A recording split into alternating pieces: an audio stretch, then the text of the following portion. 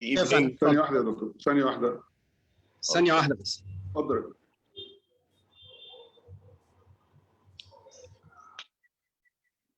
Okay. يا دكتور عمرو اتفضل. Okay. Good evening, everybody. Of course, welcome, Vital, and I know you very well, and you are very, very eminent coach. We always, enjoy your coaching for Poland, and we wish to even have some winning over Poland, but you are a very, very big dam for us. No, you are a great personality. You are very technical and devoted to your national team and for volleyball. So welcome. We are creating this webinar to teach our coaches the discipline and the idea and creative mood to help their national teams and to try to find the ways to use the maximum ability of the team. So you are one of the example we are using to teach and give them a good example. So welcome to Africa. Welcome to our teaching program. Your experience will guide us for a long, long, long time. And good luck in your presentation. You have a lot of supporters and lot of viewers who likes you and like the Polish team. And of course, I'm with the Polish team. If I tell you the history, you will not have believed me. The first time I was there, 1965, when Poland was #2 in the world in these days. But now it's a different story. So good luck and welcome to Africa. Thank you. Sherif, of course, you are not to be recognized in Africa.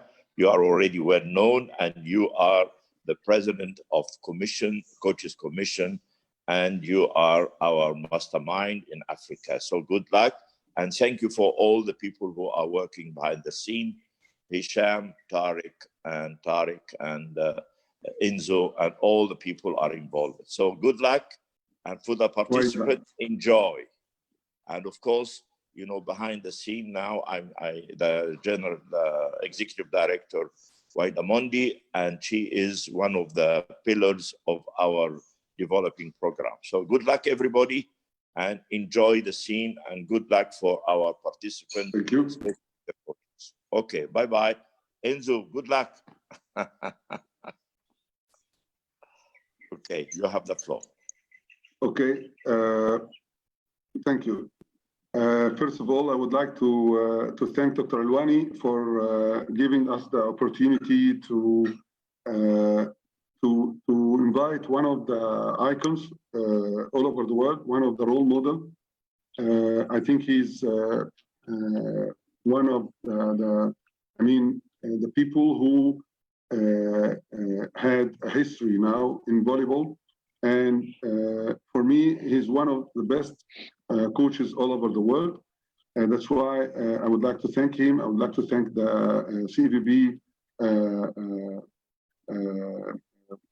colleagues and CAVB board members. I'd like to thank all of my colleagues, Huwaida, Mohammed bin Hamida, Enzo, Hisham, Tariq, and all other colleagues.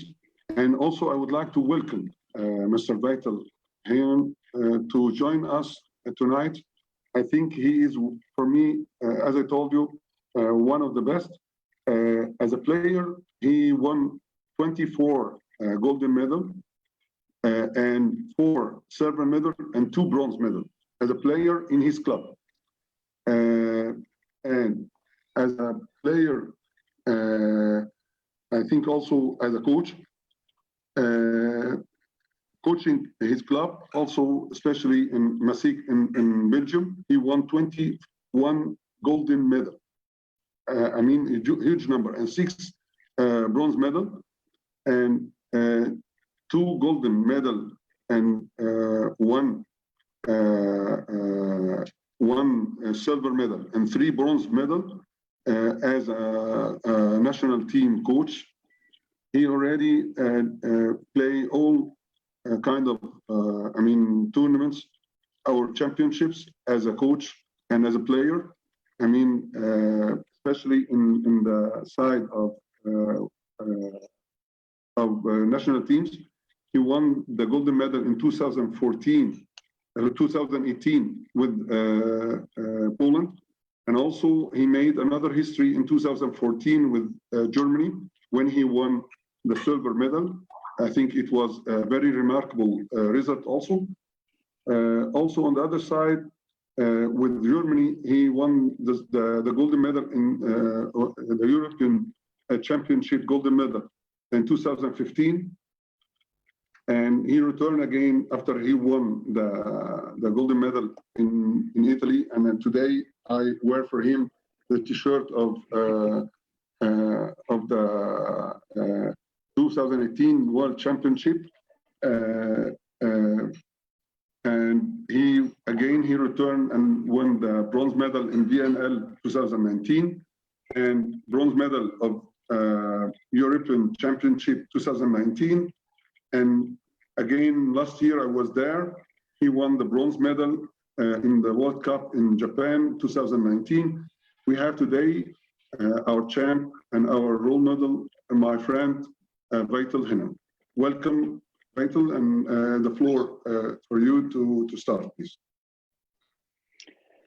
I will start with a very different story. I think my job, you asked me to learn something. I think our job as coaches is to help people. Why I'm sitting here? Normally, I told myself that once I start to be coach again and I'm busy now in Perugia, I will not give any webinars anymore. That was my plan 2-3 weeks ago. But one man called me, that's Sherif, and in 2013, I visited the World Championship teams, clubs in Dubai. And one coach was in Doha, sorry. And one coach was so friendly to guide me because I was a very young and unknown person. He was guiding me, he was helping me. His hospitality was amazing. So that was Sherif already. Then he was already a bigger name in African volleyball. I cannot say no. So if I give you a lesson today to all the coaches is always help people, because one day you get it back. And it can be 1 month, 1 year, or now in this case, it's 7 years. To Sherif, I can never say no. Yeah, and that just because he took me out for dinner, he helped me. Yeah, that's the fact. I mean, and that's what I also do. I try to help you because I don't know why. Maybe it helps us in the future, but as a coach, a good coach is always ready to help other people, other players, other persons, everything. I think it's our job as a coach to help people. And I think it's the biggest lesson. We can talk for 2 hours about tactics and so on. You have to understand a coach has to help people. I think that I wanted to start, and now I can say, Dr. Elwani, nice to meet you. Nice to see everybody there. I think there's a time difference because here the sun is going down in Italy, but it's still nice weather. I think it's still also warm there in Africa, but a bit more darker already from the night is coming. I don't know how long we go. I'm open to answer all your questions, and I will do my best to tell openly what I think. Don't expect too big stories. I believe in making things easy, not making things difficult. Yes. Thank you. Okay, Vital, thank you very much for your Sherif, I'm very impressed with what you said. This is a reality. This is the volleyball family. To help each other, because this is our game. You don't have the ball only once. So each other have to help each other. This is the guidance. But you have a very, very great personality, and you have a fantastic feedback for everybody. Love and loving person to the loving people. It's a great, great issue. So God bless you, and we are waiting for your advices and try to help our coaches. Thank you very much. Thank you. Thank you, Dr. Lani. Thank you, Vital, my friend. I think you deserve it. And also, when I met you first time, it was for me was a great pleasure to meet you and your wife. And what I feel at this moment is I found a good person, and it was for me was pleasure to help you and also to help anybody. On the other side, I would like to start today to ask you the first question from my side. I need to know your philosophy in managing your teams, because I understand that we are in front of one of the good persons. I mean, good people with a good hearts. I saw the power of your management coming from your heart. That's why I need to start with this question, asking you about your philosophy, how you are dealing with your teams, and then we will start the questions of our coaches, and then the floor now for you. Thank you. But I will just go on with what I was telling before. In Poland, they called it the World Championship of the Honesty. My players in Poland find it so important that I'm always very direct, honest, clear.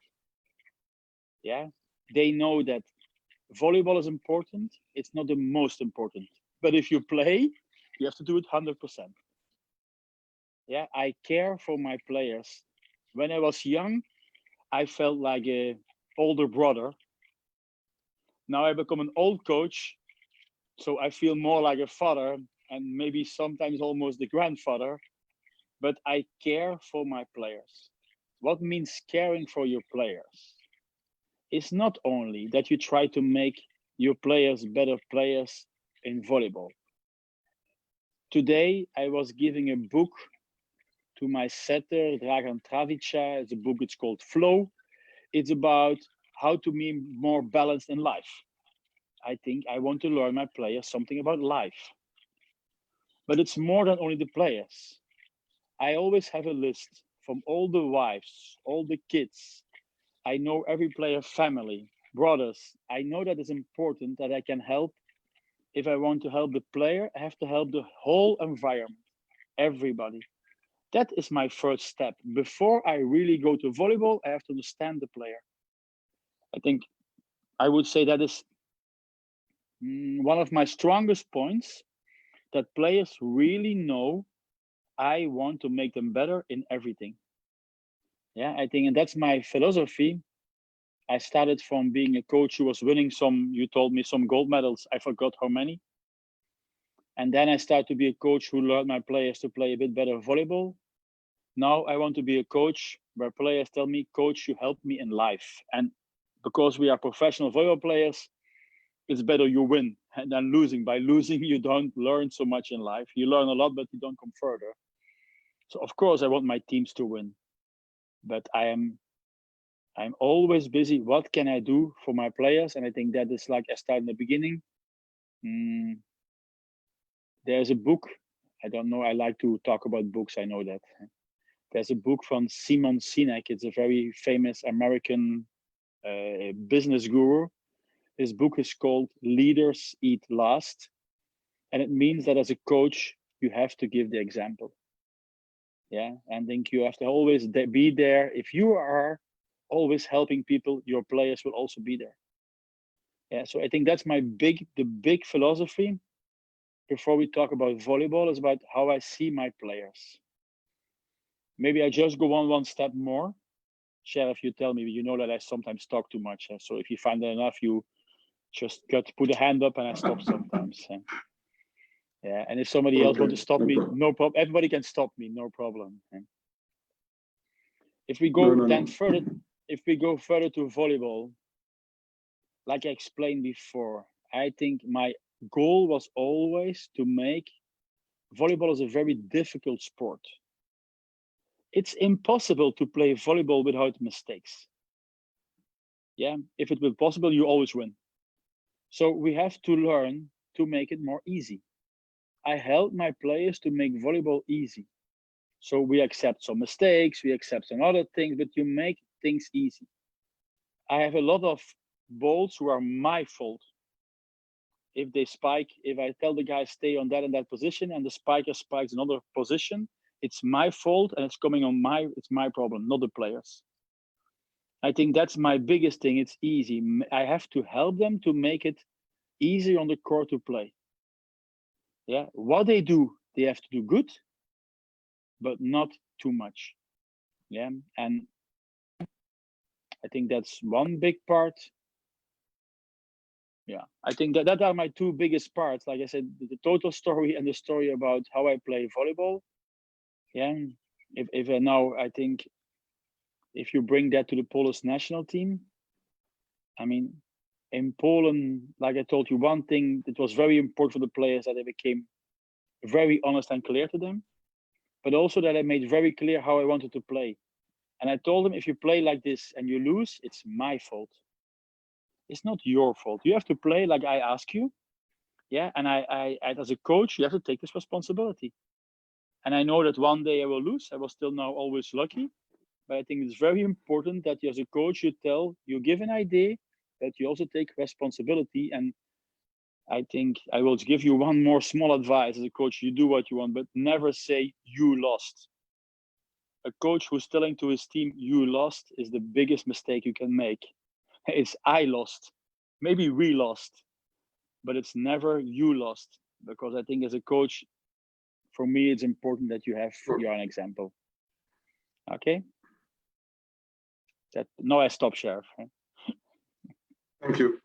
Okay, we will start with one of our African instructors, and he's also a member in CAVB Coaches Commission. Joel, are you with us now? Matthew? Hello? Okay. Sherif, Then I am I think, Sherif, please. Yes, Joel is there. Hello, Joel. Yes, please. I am here. I can hear you. Very Yes. good. Could you please tell us your questions? Okay. Thank you very much for the opportunity, and I'm great results. Nice to meet you. Let me put on my camera so that you. I need only to advise everybody to start immediately, because we don't have enough time for doing like regards and so on. We can go for the question directly. Okay. I mean, not for you, Matthew, for other brothers and so. Okay. Thank you. No, I will go straight to my question. My question, what I ask, I wanted to know, how does a journey of a champion look like? You know, looking at, it's almost the same question like your philosophy of life, how you deal with your team. How does your journey look like? What are the most important and valuable things for your life, for your process of becoming a champion? Thank you. I hope you understand. I understand, because I already explained a part of it. I will explain something else. I think a mistake, but I don't want to tell mistake. Right? I think it's very important. We all know a lot about volleyball. I don't think that I always know more than other people. Yeah, we all know, we study a lot, we read a lot. There are a lot of coaches who know something. I think it's very important not only to know, but also to make your players believe in it. Yeah, that's for me, I always say it's not important if I'm good or bad. It's important that my players think I'm good. Yeah, for that, mostly you have to be good. But I go back, I mean, I think most of you will have, I don't know if you have an iPhone or a Mac, but you all know Steve Jobs from Apple. Steve Jobs was famous for making the box where the iMac was inside was a special box. If you get an iPad, it's a special box. I believe that the box from a coach is also important. It's how you sell. So I think it's very important not only to have ideas, but also to get them in the mind of the players. I think that is something you have to learn how they think, and you have to find a way into the mind.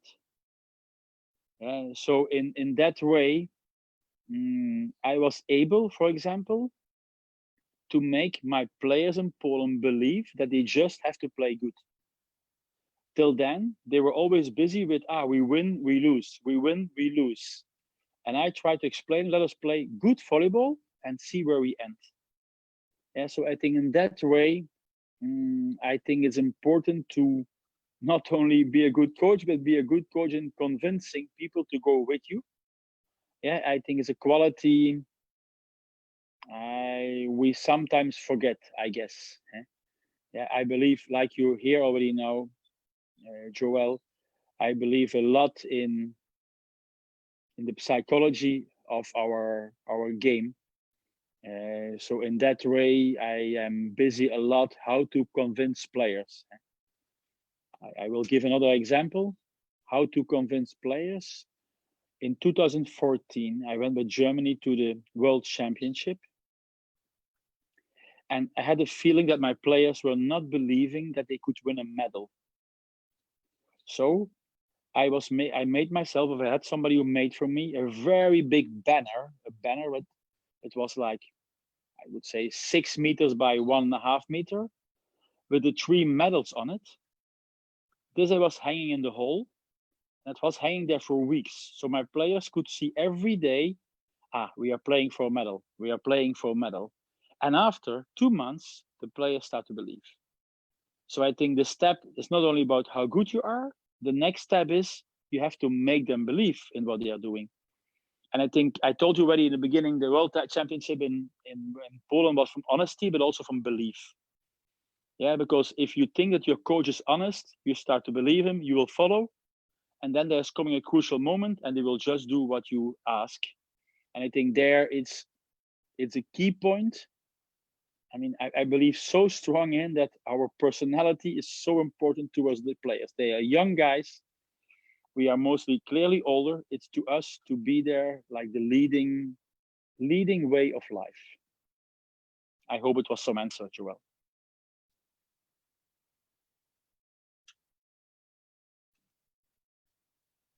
Okay, thank you, Vital. Thank you, Joel.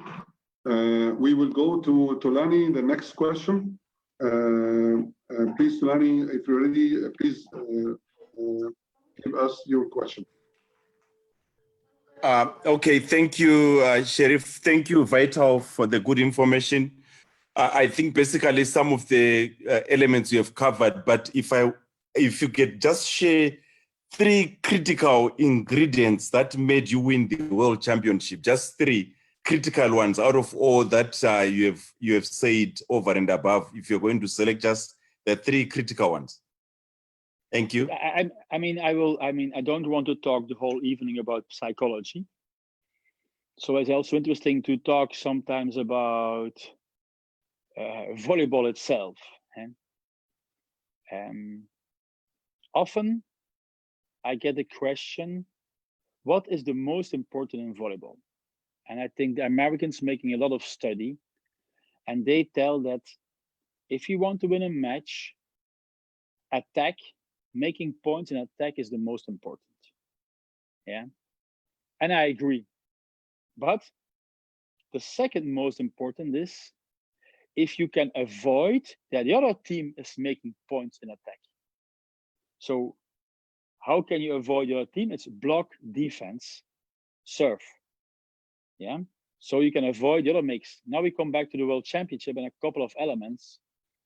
I think Poland, when I took Poland in 2014, the beginning, in 2013 on the European Championship, they were one of the worst blocking teams. The biggest step we made is in 1 year time, we became from one of the worst blocking teams to maybe the best blocking team of the World Championship. So the work we did on block, and not so much on the block in perfect situations, maar the block when the ball was from the net. Yeah, that was the biggest step. So the analyze from us after World Championships, we won mostly by blocking. My team was not so good in defense, but the improvement was not as big as I thought. I think the second thing where we won is I believe in limiting errors. I mean, I have to be very honest. I don't know African volleyball so good. Yeah, I think the last time we played Tunisia and Egypt on the World Cup, I saw a lot of interesting players. But what I see often is they make too many mistakes.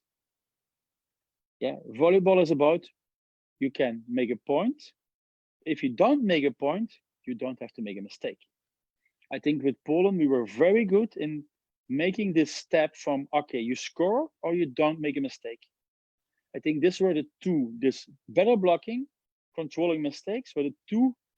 I will give a very small story about that, very just to maybe people understand. We were playing in the pool phase in 2018, and we played against Finland. We had to win, and we played I cannot know which bad word I can use. We played a very bad game. We won 3-1, but we made so many mistakes, and we were having so many problems to win. So I was really disappointed. I had a big, well, maybe even fight with Bartosz Kurek, who became later the best player of the tournament. And I said, listen, I don't want a mistake tomorrow. The day after we played against Iran, and he stepped from the court, scoring 43%. That's nothing special. But he had 0 mistakes. Not one ball on the block, not one ball out. We won 3-0. I think the controlling of the mistakes and then, of course, the work in the block were for me the two. I don't have a third. Maybe the third one I told you is the psychological element. Those 3 elements together, I think, were for me the key to win the World Championship in 2018. That is my answer.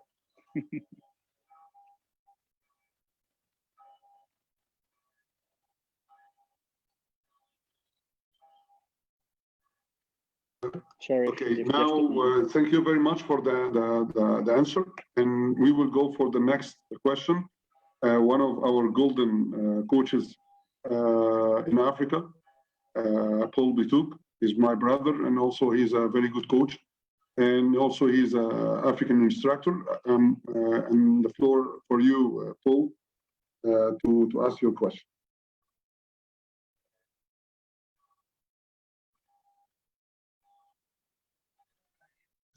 Thank you, Sherif. My question goes to our guest tonight. Thank you for having time to be with us, African coaches. I'm the national coach of Kenya, and I'm in preparation for the Olympic next year, if God willing. And my question is that, how did you prepare your team in 2014 before the World Championship to be the champion? It took you how many years to have the team to be the champion? Second question is that petition, like National League and also European League for the clubs. Thank you. Sherif, you have to help me, because the question was not coming in so clear. Can you repeat the question for me, Sherif, or not? Is that possible? Because I don't. Okay, I cannot yes. open my phone. You were sending me just before, but I cannot open my phone. So sorry for that. And sorry, coach, that I could not. Can I? I think.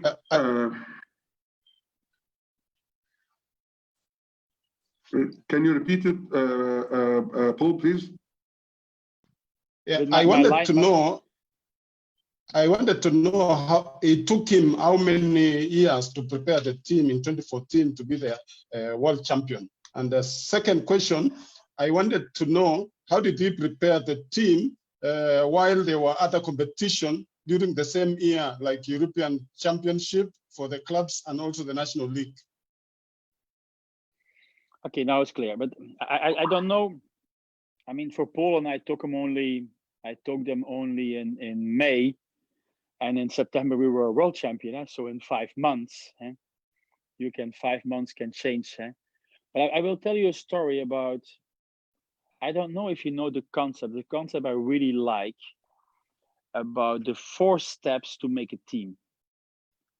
The 4 steps to make a team are called forming, storming, norming, performing.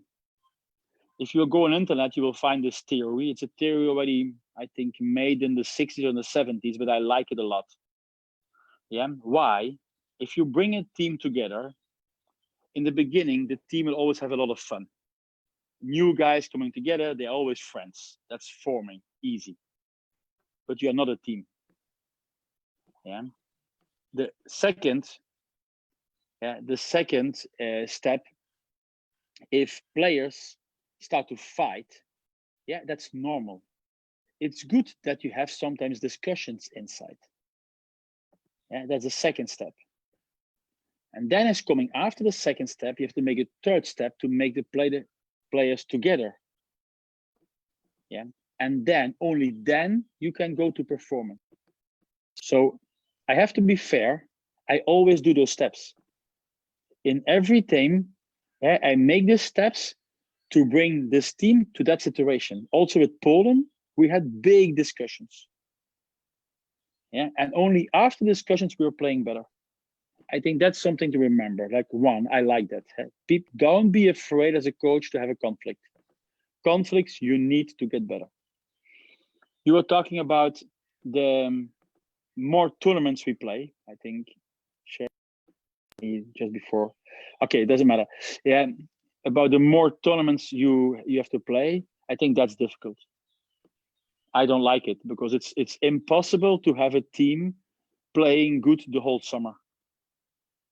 We are humans. So I think I always try to focus on one tournament, and then you have to accept that other tournaments are from a lesser quality. Last summer, we were focusing only on the Olympic qualification.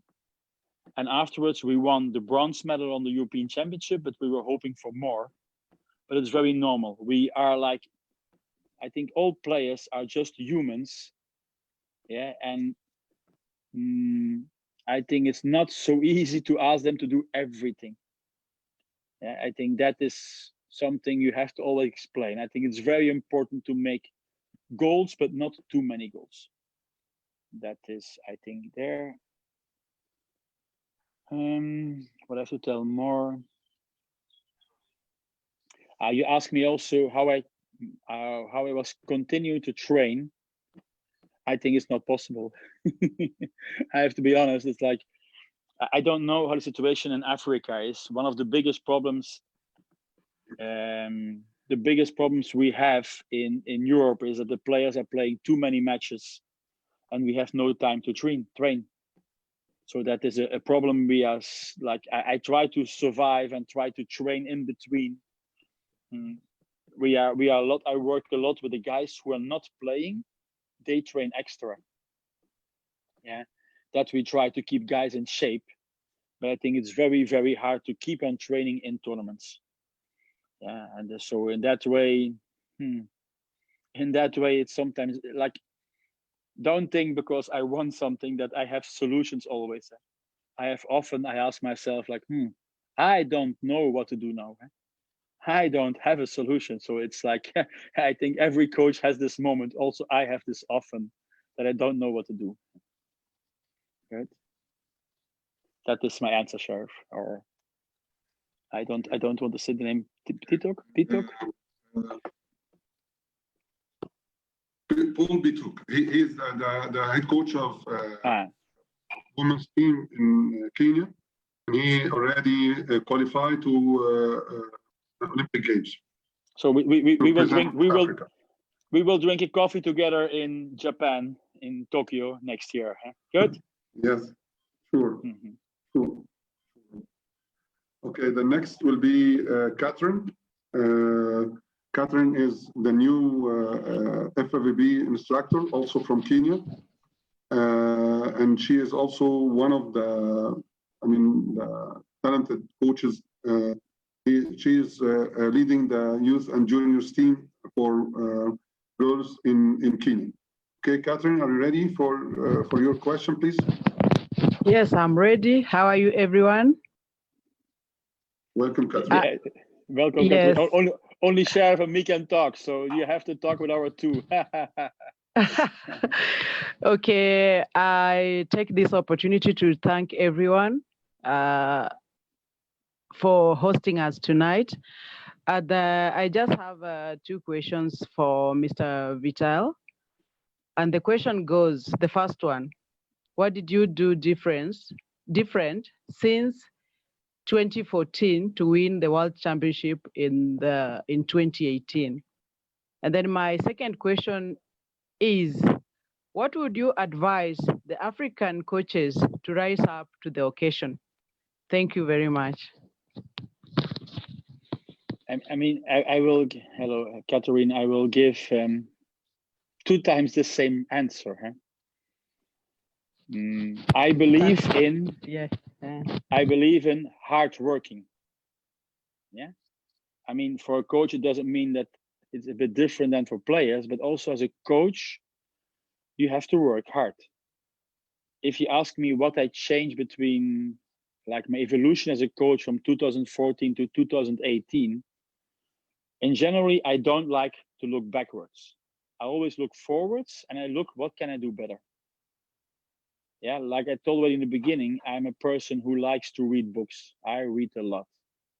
But also I'm a person who likes to, even these webinars I'm doing here, are very interesting because your questions make me think.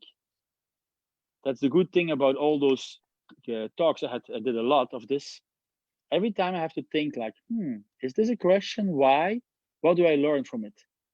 Yeah, I think the curiosity or the passion is a bit the same. To learn is the most important. Yeah, and I think it's like what you have to do in volleyball means you have to follow volleyball.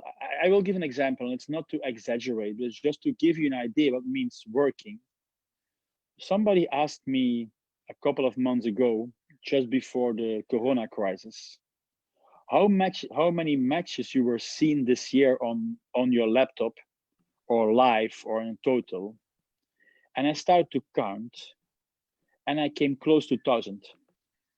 So in 1 year, I was seeing almost 1,000 matches. If you start to bring it down, it means 3 matches a day. Yeah, and it's sometimes I don't like it anymore. But now I realize after so many, yeah, that's difficult, but it's our work. It's my passion. And if you see a lot of matches, you find ideas. What can I do better? So I think that is one. What I advise to coaches is, I think what the ones who are listening, making already a good step. You have to be ready to work, to listen, to think. I think even if I give you an exercise to play, it doesn't matter. You have to learn to make your own exercises as coaches. But for that, it's important that you listen, think about things, and then try. Yeah, and I think that is something everybody can do. I mean, I will tell a last small story. I was reading, like I told you, I like to read books. And I was a couple of months ago reading a book. It's called the 5 EM Club, at the 5 o'clock in the morning club. And that was explaining it's better to stand up earlier. So I tried and I changed my life a bit. And before I was always standing up at 7:30 in the morning. And since Corona started, I stand up at 5:30 or 6 in the morning. And it's fantastic. Every morning I have 1 hour more. I have 1 hour more to go for a walk, to read a book, or to just drink my coffee. I love it nowadays in Italy. It's nice weather in the morning. At 6 o'clock in the morning, I drink my coffee. Yeah, and I can think a bit. So I think in general, it's always be busy with what can I do better, and that never stops. It never stops, and I believe that if you work hard, one day you will get recognition for that. And maybe it takes a while, but somewhere it will come. So I believe in, yeah, I love it. I hope you love your job also, being passionate about that, and go on doing. I think that's a general answer. Do I give a more specific answer? Yes, there's an interesting theory about motivation, who's telling there are 3 elements who motivate people. The elements are goal, to have a goal in life, to have autonomy, and the third one is to have a master. That means somebody who helps you in bringing somewhere. I learned that the most important is to have a goal. In 2014, I made my team ready to win bronze, but not more. In 2018, I made my team ready for gold. I make them really believe that gold is possible. So having a goal in life, and it's not only for a tournament, I think it's something, it's very important. If you have no goals, you will not make anything. And I prefer that you put high goals. And if you miss them, at least you tried. If you put low goals, you make them and you don't know what you're worth. So I think that's the biggest thing I learned in my life. My goals are only higher and higher and higher. Yeah, and the funny is, till now I was making a lot. So that's normal that today I say we are going to win gold on the Olympic Games. I have to put that goal. Maybe I miss it, but as a coach, is the highest possible goal, I think. Okay, Kathryn? Of Kathryn, what was it? Sorry, that's bad for me, Kathryn. Thank you so much. Okay, the next question for Ahmed Samir from Egypt. Ahmed, please, if you are ready. Yeah, welcome, Mr. Vittel. Welcome to our African community. I will go a little bit to the action. I will talk about the match. About timeout, I want to know what are the instructions that you give during the timeout. In cases of winning or losing and critical times at the end of the set, and about your emotion. How to give your instruction to your player and they feel your emotions. Thank you. Thank you, Ahmed. I think it's an interesting question.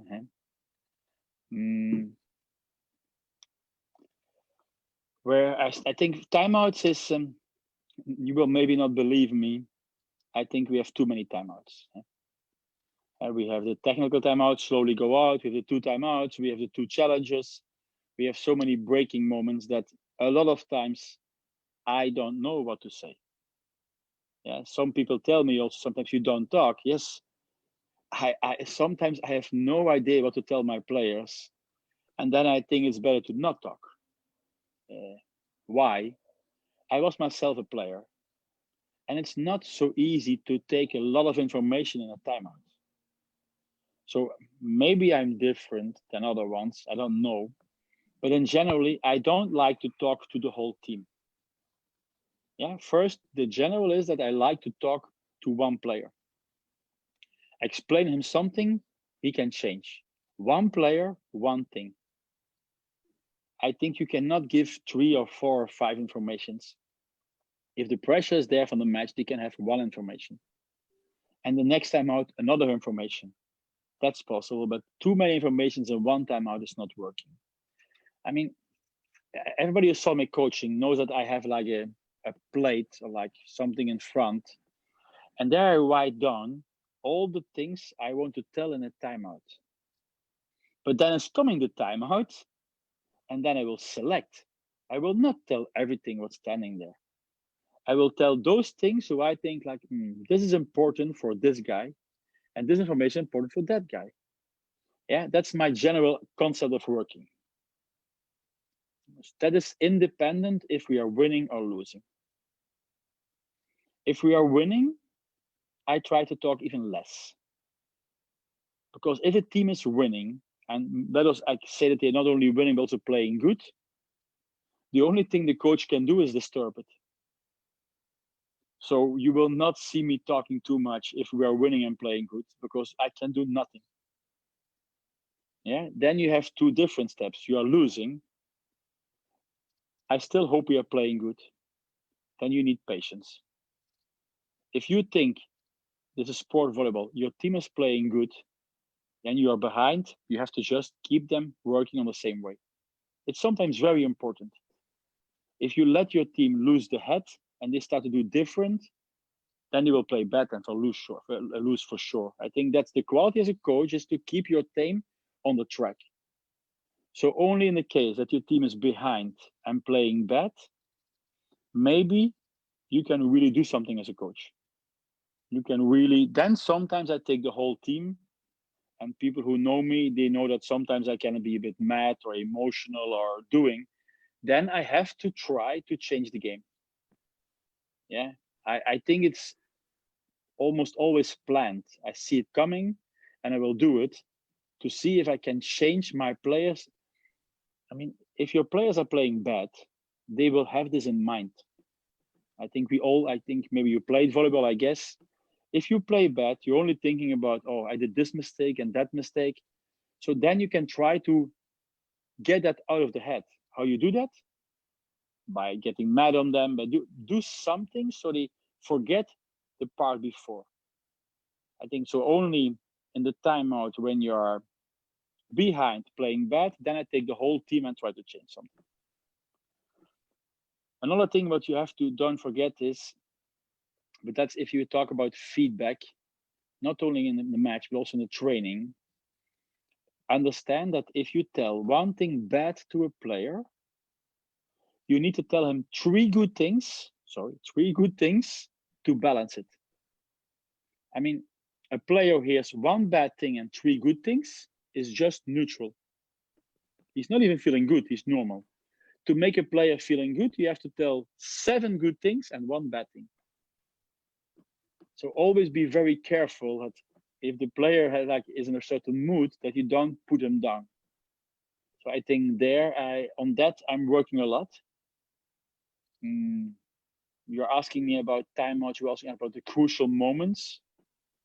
Well, if you were looking to the World Championship, in the final against Brazil, we had 24-21. We lost 2 points in a row to 24-23 in the final set. I had one more timeout, I didn't take it. Because sometimes I don't know what to tell in the timeout. And then it's better not to take him. But that's my idea. That's my personal idea about timeouts. So I'm much more careful that if I think my players can solve themselves, I don't like it. I don't know if you were a setter or a spiker.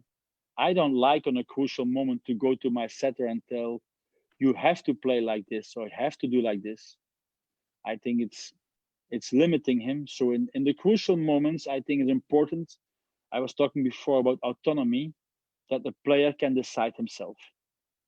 Yeah, so the only thing you can do, and now we come back, I think there was a research from, I think it was from Mark Lebedew, about timeouts. I don't know if you saw it. What's the best moment to take a timeout? They found out that the timeout after you lose 1 point is not effective. The timeout after 2 points is a bit effective.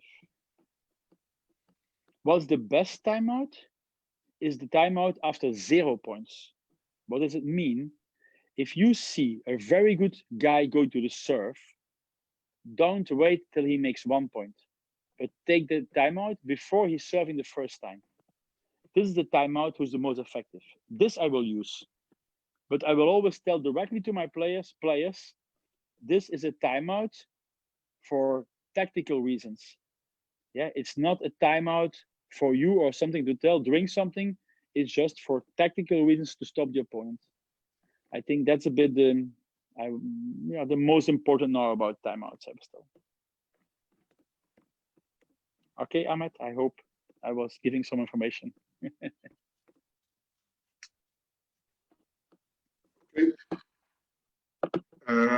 Thank you, Vital. Thank you, Ahmed. The next question will come from Islam from Egypt also.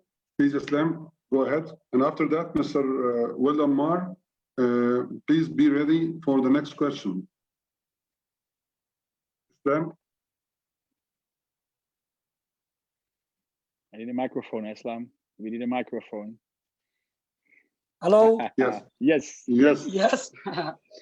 Hello, everybody. Thank you, Mr. Sherif, to allow for us to be today with one of the best coaches in the world, of course, Mr. Vital. My question is, what are the technical factors which give the Ballon team the advantage to win before and during the World Championship? Thank you. I was always apart answering, explaining about the block and the limiting of the mistakes I was talking about.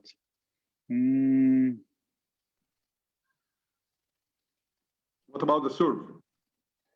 I'm thinking where I'm going to talk. Like there's an evolution. I do the opposite. I will just go a bit about every element and explain where I think Poland was and what we were doing. Very good. I think if we start from our serve, I think Poland was not.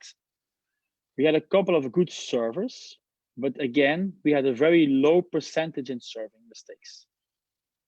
And I did it also in 2018, we were working mostly with 3 guys jump serving, 3 guys float serving. Nowadays, we have to be honest, the evolution from the last months to a year is much more jump serve. So I don't know how it will go, but this system made us having a low number of mistakes serve. In passing, the same. We had a very decent to good passing team with Zatorski, who became the best libero of the World Championship, who's a very good passer, making very few mistakes, with Kubiak, who's I think a very good passer again.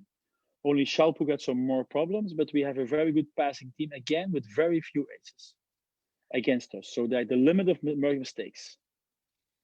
In spiking, we had a normal team.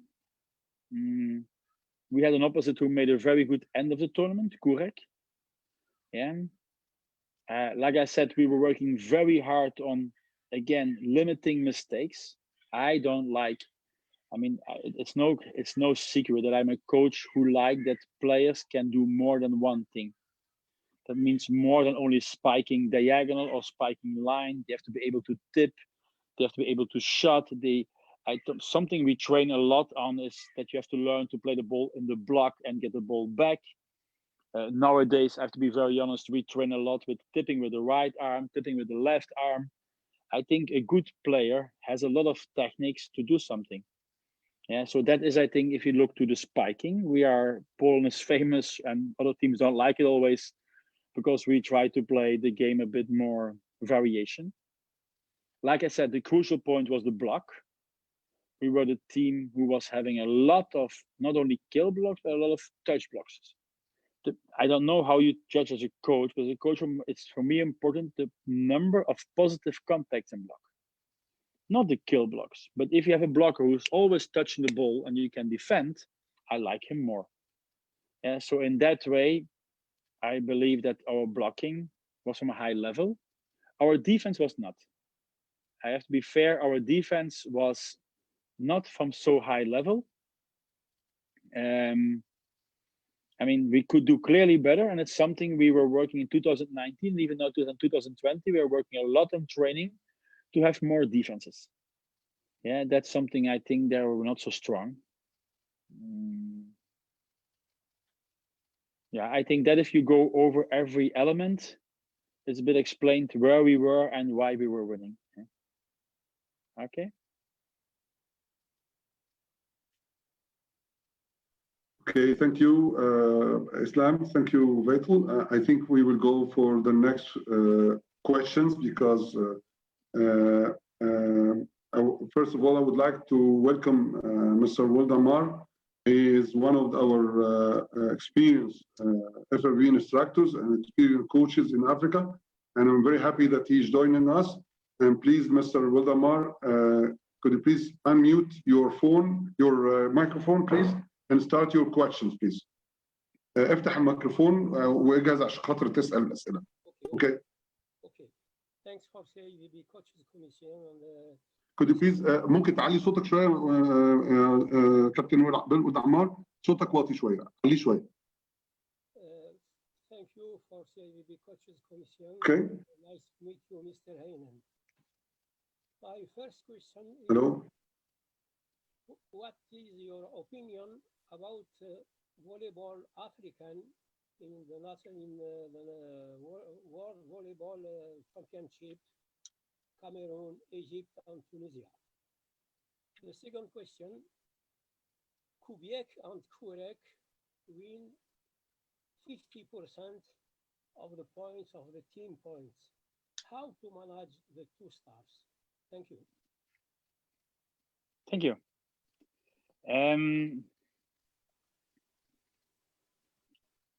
I mean, if you want to talk me about African volleyball. African volleyball. Yes, I understand the questions. They are clear. I want, you make me smile with your question. I will explain you why.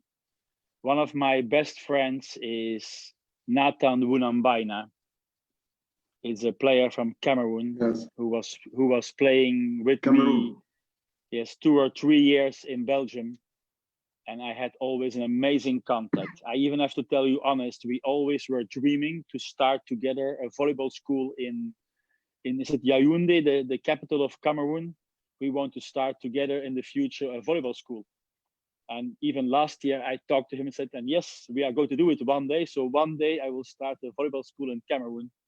Be prepared for that. Because I believe, and then I bring it to the African volleyball, you have a lot of talented players. In my eyes, there are a lot of very good and interesting players in Africa. I think it's a matter of learning them to control and play together. I believe strongly that within 10, 20 years, one African national team can really be in the top of the world in volleyball. I saw too many good players coming from Africa to not believe that. So I think it's a matter of going on and working. And sometimes I see good guys coming, maybe not whole team, but we played again Tunisia a couple of times, and they are not bad. They were interesting. We played Egypt. I found very interesting player. We played Cameroon 2018, a bunch of very interesting players. So it's, I think it's a challenge for you coaches, because I believe with helping them, to maybe adapt to some European culture, some parts, not everything. I believe that every continent, every country has to keep their own culture, but some things you can learn and take over. You have to always be smart. Some things we take, some things we leave. And I think that slowly African volleyball, it's a matter of like the time it will come up. So from physical qualities, from technical qualities, yes, I think from team qualities, I miss it sometimes. But the intrinsic quality is there to make it one day, possible that Africa can win medals and so on. That's one. Second one, in your opinion, and the second is the about no problem, Sheriff. It's Kubiak and Kurek. Two players. I tell you, it's an opposite story. What is happening in Poland? The two guys working the hardest are Kubiak and Kurek. They are always training the most, training the hardest, training the longest. It's always the same. So I think the force of Poland is that my stars are giving the example. I mean, so often, I give another example. We started to train with Poland 4 weeks ago. One player came in the best shape ever, Bartosz Kurek. I asked him what he was doing. He was doing in this COVID, training every day 2 times alone. 4 weeks. I mean, it's no coincidence that these are top players, because they work hard. To Kubiak, I can ask him always to train. I never heard him telling coach I cannot train. He's always starting if we go to the fitness with weights, he's always starting the first and ending the last. If you give him 10 exercises, he will do 15. Because he thinks, maybe 10 is not enough. I need 15. So I think there is no coincidence. Like I told you about us coaches, you want to be a good coach, you have to work. You want to be a good player, you have to train. If you want to need an example, come to see Poland, come to see Kubiak and Kurek. I never saw players working so hard as those two guys. So I was really happy they won. Yeah, and there is no, the problem is not to handle them, Mr. Amar or Mr. Olu. The problem is to handle the other players because they have to learn to work.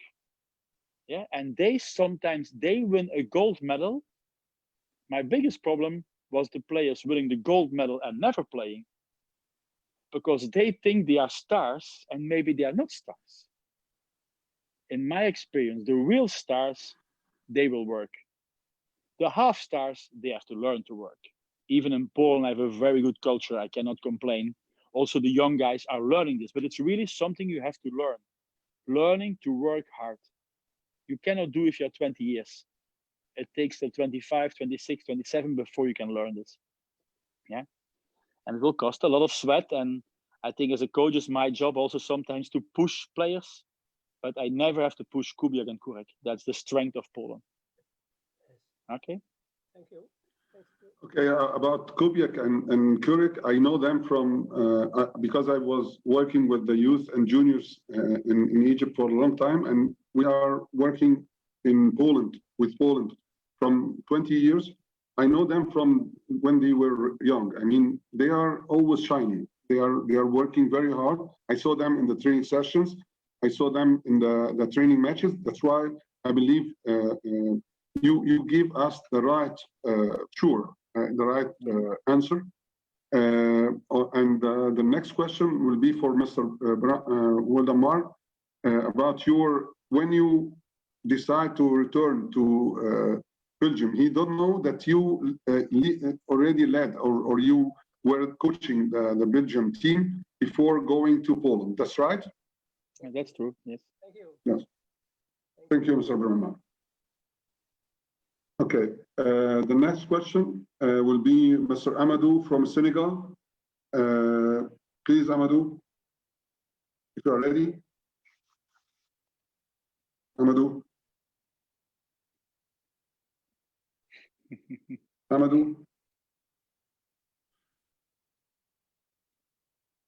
It's okay. I think he is not appear.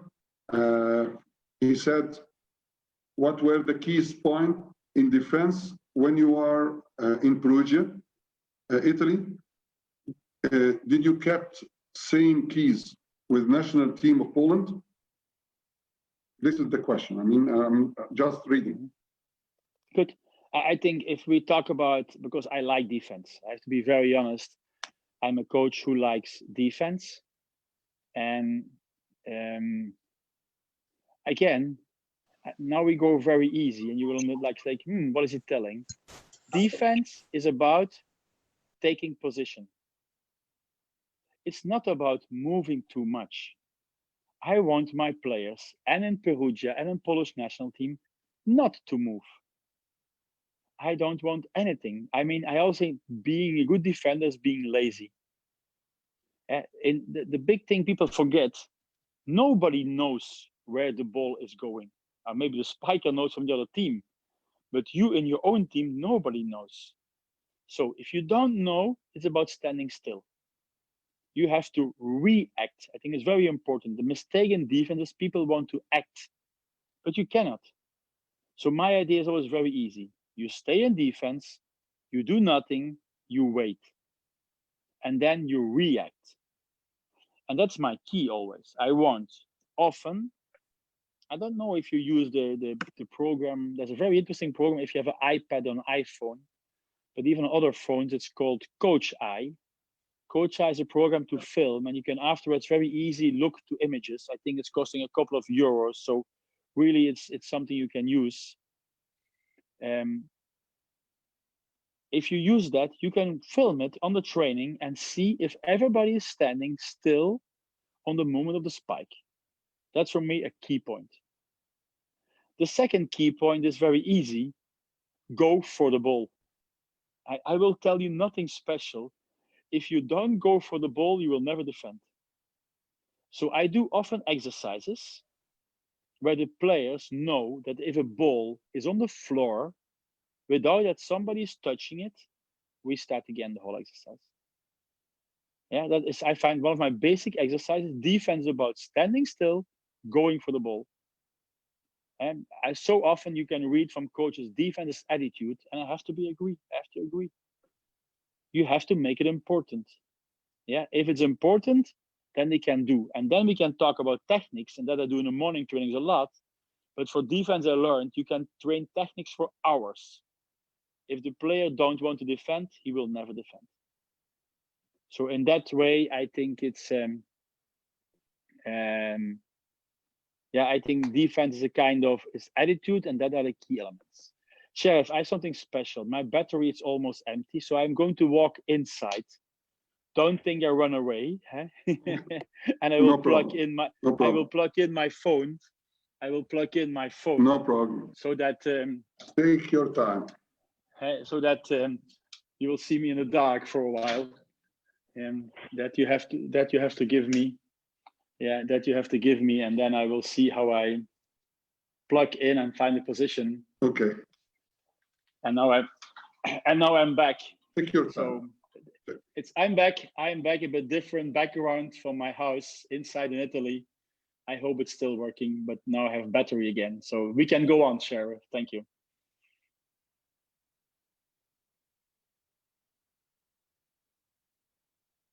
Okay, if you have a question, yes, it's okay.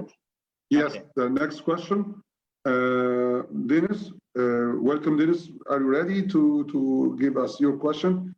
Unmute your microphone, please.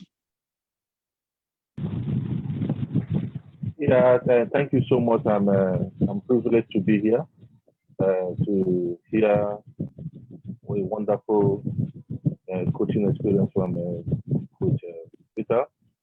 It's a great experience. My question is, when you set a target to win a championship, how do you select the calibers of players, or your characteristics of selecting the kind of players that you want to use in winning this championship in terms of character and their performance?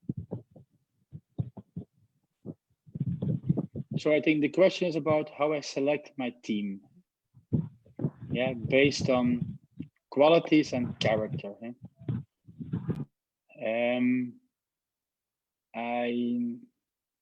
Where do I start? I think, first of all, yes, character is very important. Yeah, I think it's very important that we always have a team where all players can work together. I will start a bit different. I was working with a psychologist in Germany in 2014, and he told me the team decides. And I was telling, no, you're not right. I decide. But now in 2020, I have to tell he was right. The team decides. If a team doesn't want to play with one player, you have no chance. You can try, and they will never take the player. So I think on character, it's very important that players are belonging together. I do often, I do a friendship research. I ask every player to tell me who is his best friend, who is his best friend for volleyball, who is his best friend for private life, but also who is not his best friend and who is not his best friend for private things. Yeah. So if I do that, I ask them also sometimes to tell me with which player they want to share a room, which player they don't want to share a room, and so on. I check how they feel with each other. So I think that's one of the things I always try to find out, which players like each other, because for a tournament, they will stay together for weeks. And if you stay together for weeks, it's important that they like each other. So character is very important. Yeah, there I believe. Then I think you have to think about balance. And that's sometimes very difficult. You can have one leader, you can have 2 leaders. You cannot have 5 leaders of the team. And sometimes a national team is difficult because every player is a leader in his own club, coming to the national team and has a different role. So I'm busy a lot always, like, who is my leader? For example, in Poland it's very clear. Michal Kubiak is the leader of the team and nobody else. Yeah, and that you have to make clear. And if somebody is coming, you have to tell him, can you accept Michal Kubiak as leader? Not, you don't play, you're not in the team. I think you have to be very clear. To make a team, sometimes you have to sacrifice.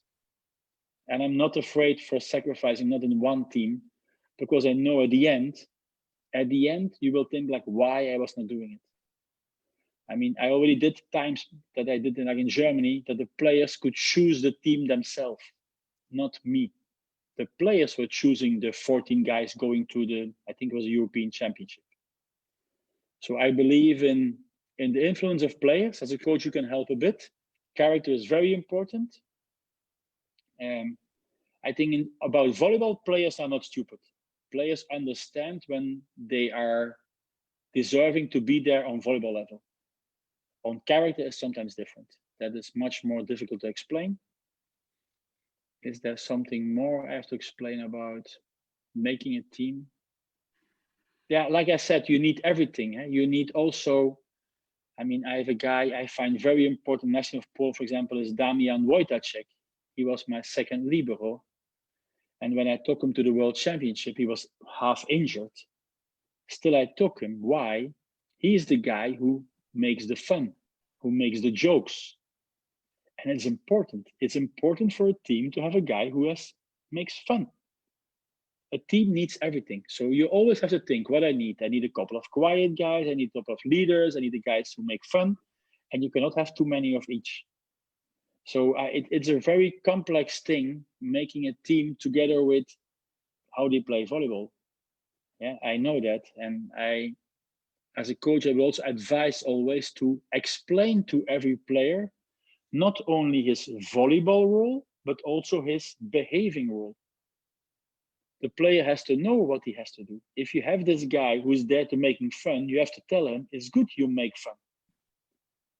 Because otherwise he doesn't know why. So I believe in that making the team. I also believe in choosing, about a lot of small aspects. I hope my answer was helping you a bit.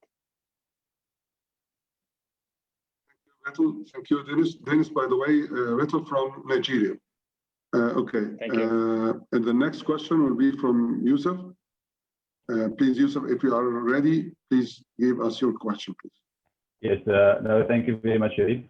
My question comes from a very cold Cape Town, down at the southern tip of Africa. It's a very basic question to Coach Vital. What shape does your team meetings take before a big match? What things do you cover in these meetings? Do you have a set routine during a pre-match team meeting? That's my question. Thank you. I don't answer your question first because you know it. Grunewald, I'm from Belgium. with that name, you could live in Belgium. You know that. Yeah, that is one. That is, and the second is. I mean, sorry for all the other African coaches, but I was visiting South Africa for, I think, 3 or 4 or 5 years ago for 4 weeks, and I was so impressed from the country, and I so much loved it. I was promising myself to go back, but I have no time. So that will be for after the Olympic Games. I will come and visit you, Yusuf, in Cape Town. You can come and stay with us. You're welcome to come and stay with us in Cape Town. In Cairo is too in Cairo is too warm for me. You're too warm. I will not survive that. But okay, now I go back through Egypt. Yes. I go back.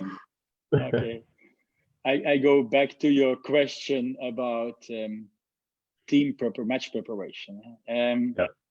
One, I think what I do with the team practically is I have one video session of maximum 40 minutes the day before the match.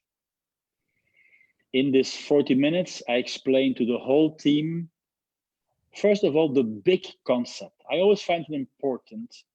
You have to explain the big concept of the game, what I mean. If I play, I will joke now. If I play against Egypt, I will tell my players, Egypt is interesting, but they will make a lot of mistakes. So please be smart and don't make ourselves too many mistakes, because Egypt players are good. They will make great points. But if you wait, they will make mistakes. That's the basic plan of the match. Yeah. And I think it's important to have a basic idea before we start. And then you start to analyze. I like to analyze every player. Yeah, but short, always in very easy words, like this guy, spike there. This guy, spike there. Not starting, and if he's not doing, no problem, my fault. Yeah, but if he spikes diagonal, we block diagonal, we defend diagonal, and then we take the ball. If he spike line, it's my fault. Even against the guy from Egypt, doesn't matter which team we play, we have the same concepts. Easy, clear. What I do more practically, I like to have a meeting separate with my setters. Or I take my two setters and I explain a bit how they have to play. Yeah, why and where and how. I like to have a meeting with my middle blockers, separate, to how they block. I mean, always a bit different. Like if one setter play a lot of first tempo, we jump a lot in the beginning. If one setter is not playing first tempo, you wait. You give them some small keys to think. Yeah, and then we have a video session, a separate one for the receivers, to look at all the serves. So I have 4 sessions, but my players mostly have 1 or 2, not too long. These video sessions, I just told, are only like 10, 15 minutes, not more. I don't want to tell too much to my players. And then coming to the game, I like to make the plan easy. That means maximum 5 things. A good match plan has maximum 5 elements. I like even more 3 elements. With 3 elements, you can explain the whole match plan. Then I think I made a good one. Yeah. I see somebody talking about data volley. I like figures, but I like much more feeling. Yeah, so I will never use in my game plan, I will never use figures. But I will say, I think he's a diagonal spiker. I will not say he was spiking 67% diagonal and 33 line. That's something I don't like. I don't like figures. Yeah, so I'd like feeling that I give them. Yeah, I think that's the most important for like how I prepare a match. If you want to know a bit during the match, like I think during the match we have always at least 2 laptops on the bench. 1 laptop to giving all the figures from what's happening, and 1 laptop with the match 7 seconds delay. I like that a lot because I'm not so good coach that I can see everything, but I see the match 2 times. I always use my 7 seconds delay to see a second time what's happening, so I can understand better what's going on. Yeah, and then nowadays with data volley, you can even cut out images. So sometimes during the match, we give the player an image what's happening, because I believe that images are much better for a player than words. So I like images over words if I can do it. I think that's a bit my answer on how I prepare the matches. Thank you. Very good one. Okay. I think we have now around 10 minutes to go. As we agreed before with you. Thank you. I think we have only one thing I would like to welcome our friend and my brother, Mayam Place. He's the head coach of Cameroon. He joined us from the middle, Mayam Place. And I need to ask him to say hello to Rachel, and then we return in 1 minute to the next question with Mabuzu. The next question. Mayam, please. Hello, Mayam. Yes, I'm very happy to be with you. And I think thanks for the the coach of the world champion in the world. We play against them during the preparation of the World Championship in Poland. And I was very, very surprised and to know how he managed his game plan. And after that, how he can use the statistics. I was very, very happy to know that today he gave me the separate idea for that, because sometimes we want to make the meeting with all the team and all the players, but here during the preparation of the match, as he said, during the preparation of the match, he has to get the setter, the central blocker, the receiver, and so on. And I'm very happy for that. And I'm saying to him, very, very good things for the Cameroonian coaches. Thank you.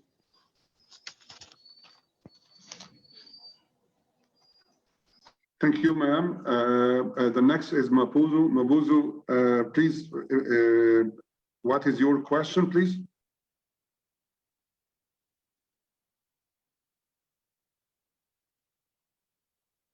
Amadou.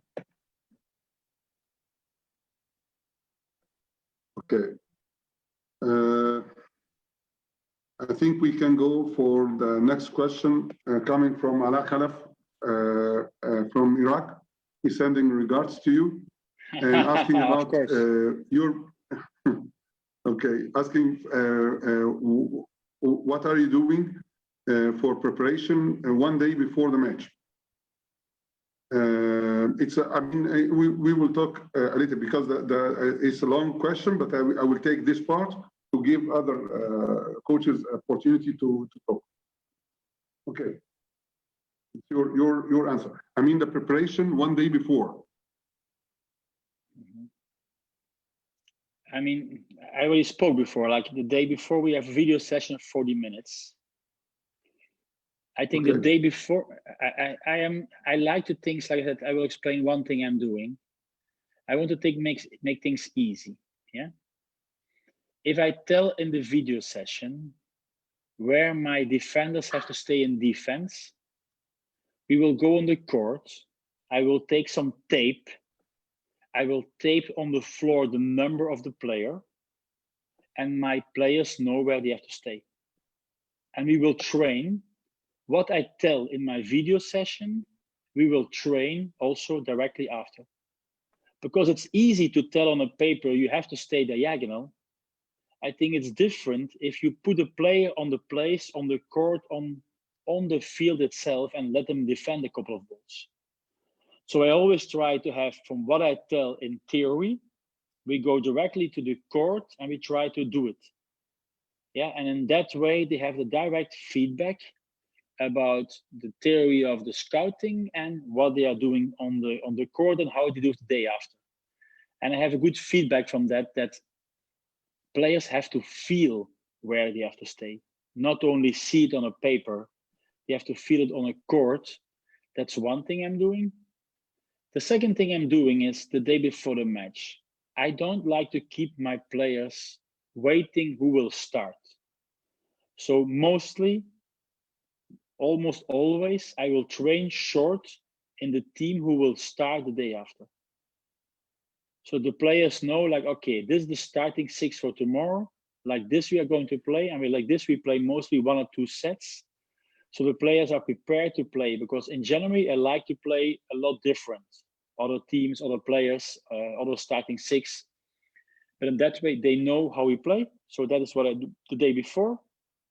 The last thing I do in the evening is tell them, study your game plan always the day before, and not the day of the match, but one day before. And something maybe very, very difficult for you, everybody in Africa, is go on time to bed.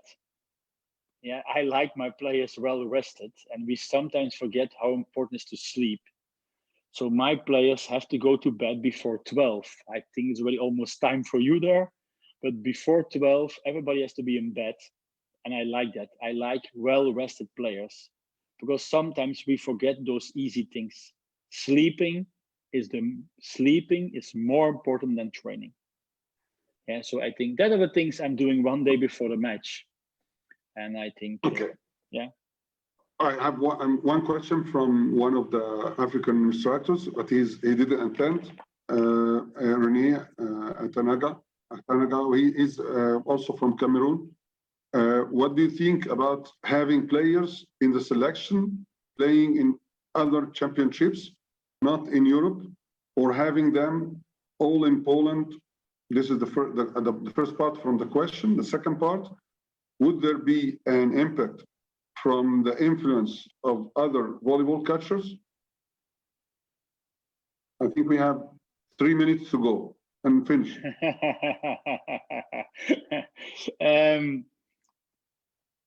I mean, but now it comes to my character. I love new environment. Okay. I think I was coaching in Turkey and I was doubting to go there, and it was one of my best experiences. Not so much for volleyball, but I don't know how much you're a friend of the Turkish people that had to take care, but I made so many friends in Turkey. It was amazing to be there. Yeah, yes. So I think if players are going to other countries, they will learn so much more. Yeah, I think it's a big pity of the COVID situation, because traveling is learning. If you go to other countries, you learn, also players. So I like it if my players go to other countries. Some players in the beginning were asking me, can we go to China? Can we go to Japan? I said, yes, go. Because maybe volleyball is not always so good, but as a person, you become much more an adult. If you only stay in your own country, there are things you never learn. Sometimes you have to go abroad, live in another country to understand better. And if they come back, of course they learn. When Kubiak was coming back from Japan, he was telling, hey, coach, in Japan, we do it like this and this and this. I said, why not? Let's try. Yeah, I think we can learn. I'm sure if I'm going to see volleyball in Africa, I will learn from you. Yeah, of course, I sometimes will think that I know better, but sometimes I have to say, interesting, I can learn. Yeah, so in that way, I'm the guy, I love other cultures. I will always push people, and it's good that we are influencing each other. Yeah, I think we are coming to the end. Okay. And I hope you were learning something from me, but be sure that I learned from you. If I go to coach to a new club, the first thing I do is I take 2 books about the history of the country. I was studying the history of the country of Turkey. I was studying the history of the country of Poland. I will study everything to understand the other culture. And if you do that, I think it's one of the big problems in our society. I mean, you find everywhere great people. We talk a lot about colors the last years, colors from people and so on, and mentality. And I found in every country great people, if you try to understand them. So I think in that way, the answer on the volleyball culture, yes, go. The beauty of the world is so beautiful, enjoy it. I think slowly that's coming for a good end, the Sheriff. Okay. Now I think we are almost finished, and I would like to tell everybody our a great honor coach, and I think we have today one of the great people for me, and also I saw the something shining from inside himself. I mean, telling us a lot of advices. I feel that he's very honest, and he talked about honesty from in the beginning. I would like to tell you that's why he is winning now. And we today or tonight, I think we understood now why he is winning and why he is leading. Volleyball, especially for me, Poland now, from my opinion, is the best team all over the world with the best coach. That's why I would like to thank him at the end. And I would like to say for everybody, thank you very much for the very remarkable webinar. And I need one two words from you, Vital, to finish after you. I think I finished like I always finish. Like I finished like I started. I'm there to help you guys. If I think Allah was telling it, he came to visit me. If somebody ever wants to come to visit me, he's welcome. If somebody has a question, send it. If somebody needs something else, tell me. I mean, I'm open there to help you, because one of the things I learned is from helping people, I was getting richer, and not from money, because I don't get money for this, but I was getting richer in experiences. So if I can do something for you, I'm always ready. That's all. I'm promising you that I will come, because I have one secret happened from 3 to 4 days, that the brother of my wife, the twins of my wife, and he's also my dear friend, became the ambassador of Egypt in Poland. Then, sure, I will come next summer, okay? And I hope not this summer, sure, or after you return to lead the team in Spawa or in Poland. I hope that I will meet you there one time. And also, we are waiting for you anytime when you decide to come to Africa, and we can. I hope that you promise us maybe one time to deliver our high performance seminar. By the way, this seminar, the first edition was Doug Beal and Carl Magoon. He passed away. Sorry for that. And John Castle and Browning, and also this seminar. We had 5 editions, and I hope the 6th will be for you when you have time. The last one also was the Italian coach. I don't remember the name now, but in all cases, I think we are waiting for you when you have time. I know you are very busy, and also we wish you the best luck. And we are waiting for the golden medal in the next Olympic Games in Japan. Okay, good luck. But wait, before we really stop, Cher, because I see the question coming, how you contact me. I'm on Instagram, I'm on Twitter. On both, people can contact me if they have questions. There is no problem, and I will do my best. Sometimes, like Cher is telling, I left this morning at 6 o'clock my house, and I came back at 7:45 to give this seminar. So now I'm going to do, like, my free time is sometimes limited, but I'm always doing my best to help you. So contact me somewhere, Instagram, Twitter, and now, Sheriff, it's time for you to go to bed, and I'm going to eat something, okay? Very good. Thank you very much. Bye. See you. And Bye, everybody. See you. Goodbye. Goodbye, everybody. Bye-bye.